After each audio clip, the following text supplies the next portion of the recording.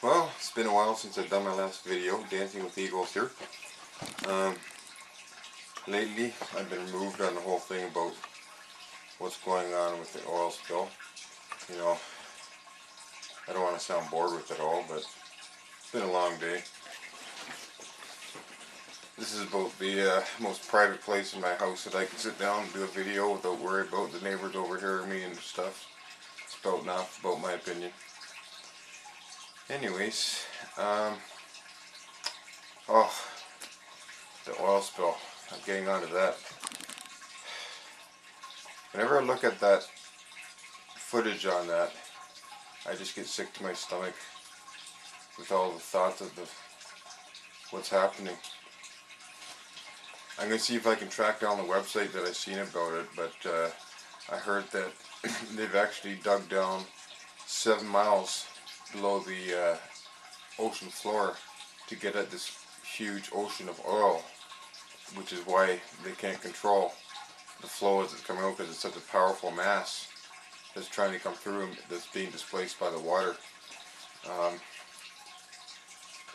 So I suspect that they've tapped into something that's probably the size of an ocean of oil that's seeping its way into the ocean at such a massive amount of force that we may not have the technology to stop it. I mean, we could very well see the prophecy fulfilled that talks about a third of the waters of the earth being made blood red or being poisoned, and then destroying a third of the fish. That's a scary thought. And just think right now, in the near future, it looks like possibly a good portion of the east coast of North America could be out of work for fishing. A lot of people are going to be relocating. In the places where it's washing ashore, apparently there's a fear of benzene gas, and that could be make people really sick or even kill them. So there's kind of rumors and gossip around in the air about the whole subject of evacuating millions of people and not many people being displaced. And here's another one. Here's another really juicy one. Goldman Sachs apparently made a huge short investment on the whole BP oil in the Gulf there, and they made huge on their return. So, and this happened the very day, 24 hours before the whole rig blew up and had its problems. So that's quite interesting. I'm surprised nobody's investigating that.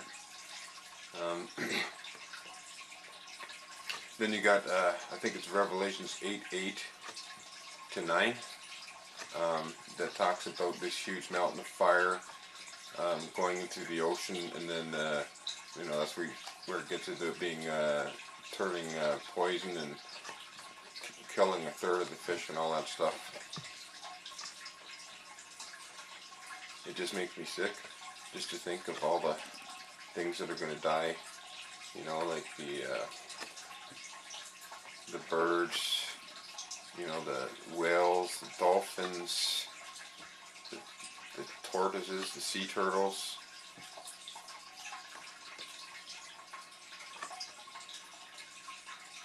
There's going to be a food shortage.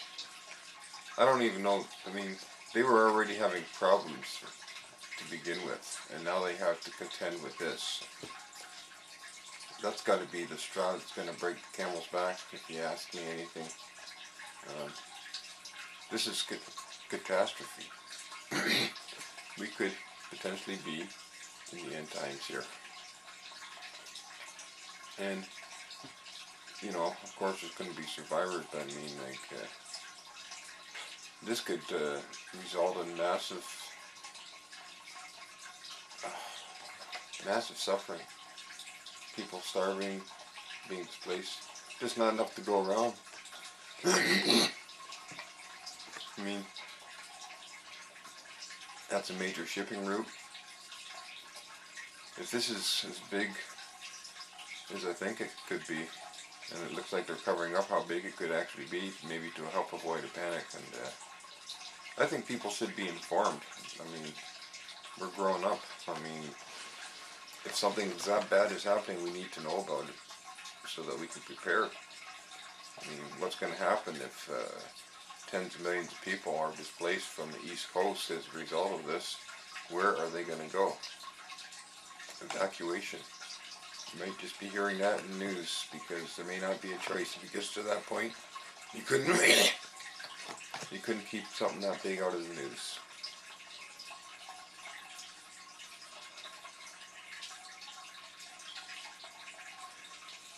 Gold has been going up quite a bit lately. I mean, it's went down slightly, but I mean, it's held its position strongly through all this, and something tells me it's going to begin its next climb. You know, it started today, and it's going to begin its climb.